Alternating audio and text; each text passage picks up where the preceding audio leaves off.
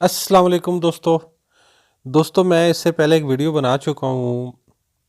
जो under warrant arrest होती है वो कैसे होती है और वो प्रोसीजर क्या है।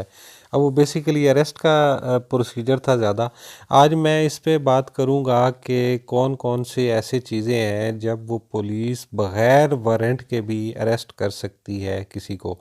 सेक्शन 54 ज़ाब्ता फ़ौजदारी क्रिमिनल प्रोसीजर कोड या कोड ऑफ क्रिमिनल प्रोसीजर का है 54 सेक्शन ये डील करता है और बड़ा वाइड पास दी हुई है। इससे आगे भी 2-3 सेक्शन है वो भी रेलेवेंट है, मैं उस पर भी बात करूँगा। तो हम बात कर लेते हैं, ये 9 कुल टोटल केसेस दिए हुए हैं जहाँ पे पुलिस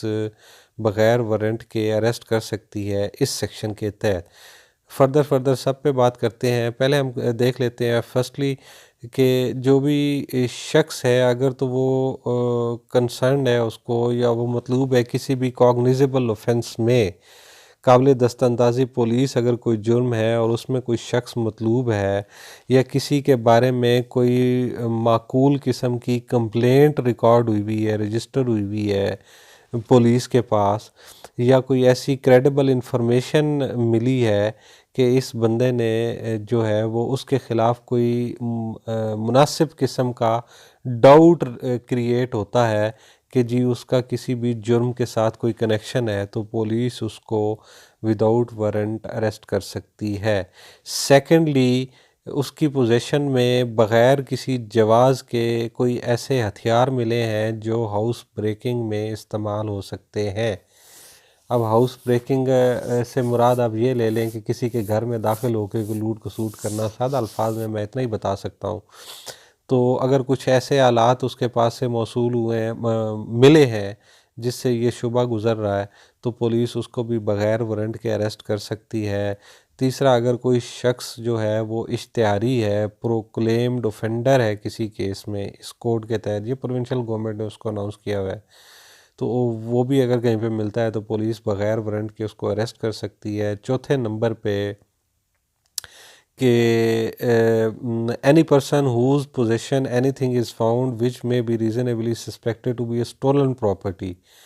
उसके कब्ज़े से कोई ऐसी चीज़ बरामद हुई है जिसका ये शैबा है या जिस पे ये ख़दशा है कि ये चोरी शुदा कोई चीज़ है और ये इसको चुराया गया है। हो सकता है ना पुलिस के पास एक इंफॉर्मेशन मिली हो कि ये गाड़ी चोरी होगी और बंदा उस उन्होंने रोका और उसके पास ना डॉक्यूमेंट्स हो गाड़ी के और कुछ भी ना हो, तो पुलिस को ये सस्पिशन गुजरे या उसका नंबर वही है कि ये चोरी की है, तो उस बंदे को भी पुलिस बग़ैर वारंट के वो अरेस्ट कर सकती है। पाँचवें नंबर पे अगर कोई भी पुलिस की लॉफुल जो भी उनकी ड्यूटी है वो अगर एग्जीक्यूट कर रहे हैं और उसमें वो एस्केप कर रहा है या को उसकी लॉफुल कस्टडी से भागने की कोशिश कर रहा है, तो फिर उसको भी पुलिस बग़ैर वारंट के अरेस्ट कर सकती है। छठे नंबर पे कोई भी अगर शख्स जो है वो किसी आर्म फोर्सेस का भगोड़ा है, भाग के आ जाते हैं ना लोग वहाँ से, तो उसको भी बग़ैर वारंट के अरेस्ट किया जा सकता है। इसके अलावा जिसके ख़िलाफ़ कोई ऐसी रीज़नेबल कंप्लेंट आई है या कोई क्रेडिबल इंफॉर्मेशन मिली है या कोई ऐसा शक किसी के ख़िलाफ़ मौजूद है कि उसने कोई भी ऐसा काम कमिट किया है पाकिस्तान के बाहर जो अगर पाकिस्तान में किया जाता तो वो जुर्म था, तो उसको भी पुलिस बग़ैर वारंट के अरेस्ट कर सकती है। नेक्स्ट हम देख लेते हैं 8वें नंबर पे कि अगर उसकी रिहाई किसी स्पेशल कंडीशंस में हुई है सेक्शन 565 के सब सेक्शन 3 के तहत, तो अगर वो कंडीशंस वो ब्रीच कर रहे हैं उनकी, तो भी उसको अरेस्ट किया जा सकता है। और 9वें नंबर पे देख लेते हैं कि एनी पर्सन हुज अरेस्ट, जिसकी भी कोई ऐसा शख्स जिसको गिरफ़्तार करने के लिए किसी और पुलिस स्टेशन से या किसी और अथॉरिटी की तरफ से कोई रिक्वेस्ट आई हुई है, तो उसको भी बग़ैर वारंट के अरेस्ट किया जा सकता है। इसके अलावा सेक्शन 55 में भी कुछ कंडीशंस हैं जहाँ पे विदाउट वारंट अरेस्ट किया जा सकता है। हम उनको भी देख लेते हैं कि any person found taking precautions to conceal his presence within the limits of such station under the circumstances which afford a reasonable belief that he is taking such precautions with a view to committing committing a cognizable offense। अब कोई शख्स अपनी शनाख्त छुपा रहा है, अपने आप को छुपा रहा है, और वो ऐसे हालात में है कि उससे ये लग रहा है कि वो कोई ऐसे प्रिकॉशंस ले रहा है जिससे उसका मकसद कोई भी कॉग्निजेबल ऑफेंस कमिट करना है, मतलब कोई जुर्म की कहीं पे तैयारी हो रही है। नेक्स्ट है कि any person within the limits of such station who has not ostensible means of subsistence और who can not give satisfactory account of himself. अब जिसके पास सब्सिस्टेंस के या गुज़र बसर के कोई बज़ाहिर मीन्स नहीं है, ज़राए नहीं है, और ये सस्पिशन गुज़र रहा है और पुलिस को समझ नहीं आ रही कि ये कहाँ से इसका गुज़र बसर हो रहा है, इसके कोई ज़राए नहीं है,